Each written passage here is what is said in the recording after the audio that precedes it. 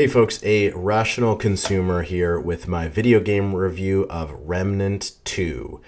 So bottom line up front, I would recommend playing this game with a friend or two friends for a squad-based game to play with your buddies. It's definitely worth your time.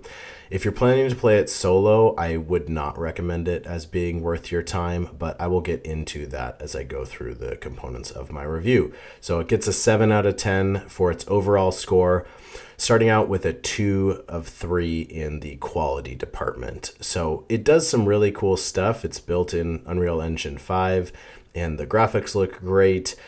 The quality of the game once you're actually in the game, I never had much of an issue with, but connecting with your friends and joining into a game was a real pain. And that's kind of one of the core experiences. Again, I didn't have much fun playing this game solo, and I wouldn't recommend it as a solo game. But playing with my friends was a lot of fun. However, it would take us some multiple tries, 10 minutes to actually get into one another's game. We would have to, toggle our online status or try sending an invite from the Xbox party system, then try sending an invite from the in-game party system. And it just made it kind of burdensome to get into a group with your buddies, which I thought was the best part of the game. So having that process be difficult detracted from the game for me. So it gets a 2 out of 3 for quality.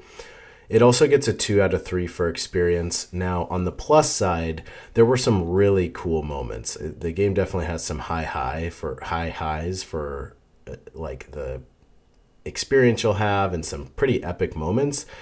There's things like a random chess puzzle in the middle of a level that me and my friend, had to use our brains and try to figure out for 10-15 minutes or something, which is a lot of fun. There's a lot of the typical Souls aha moments where there's a hidden path off an elevator or an invisible door, that sort of thing. And the boss fights felt good. Most of the boss fights with a couple of friends weren't too difficult. Maybe you'd have to figure out one mechanic or something. But the last boss was pretty challenging, and it felt awesome when we beat it. It had a lot of mechanics. It was a really chaotic fight. It took us a lot of attempts, but when we beat it, we were definitely, pumping our fists in the air and having a good time. So there were definitely high highs for the experience of playing the game, but there also were times when it just felt kind of blah or bland. Some of the worlds are a bit boring and gray, and there certainly were some times where I kind of just wanted to move on to the next thing. So lost a point for the experience of play there. And it also gets a 2 out of 3 for return of investment of your time. The story I couldn't really pay much attention to or get engaged in. And whenever I played it solo, I wasn't really having that great of a time.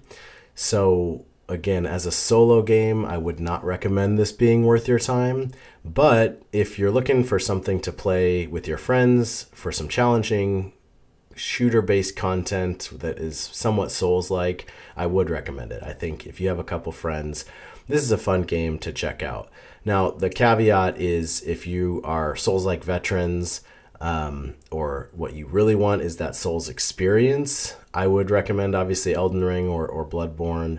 But if you've played all of those and you're looking for something else, or you're not that familiar with that genre, maybe you've played more Destiny 2 or Call of Duty or something with your buddies, and you're looking to try sort of this PvE Souls-like experience, I think Remnant 2 is a great place for you to get started. It takes that Souls experience, translates it to a third-person shooter game, makes it more accessible, but still extracts a lot of the great things from Souls-like games. So again, overall 7 out of 10. Wouldn't recommend it really for a solo playthrough, but if you have a friend or two friends, I would recommend this being worth your group's time to check out and enjoy some of the nasty bosses and some of the super cool guns. There's a lot of really interesting stuff in this game. So that's my review. Thanks for your time, and I'll see you in my next video.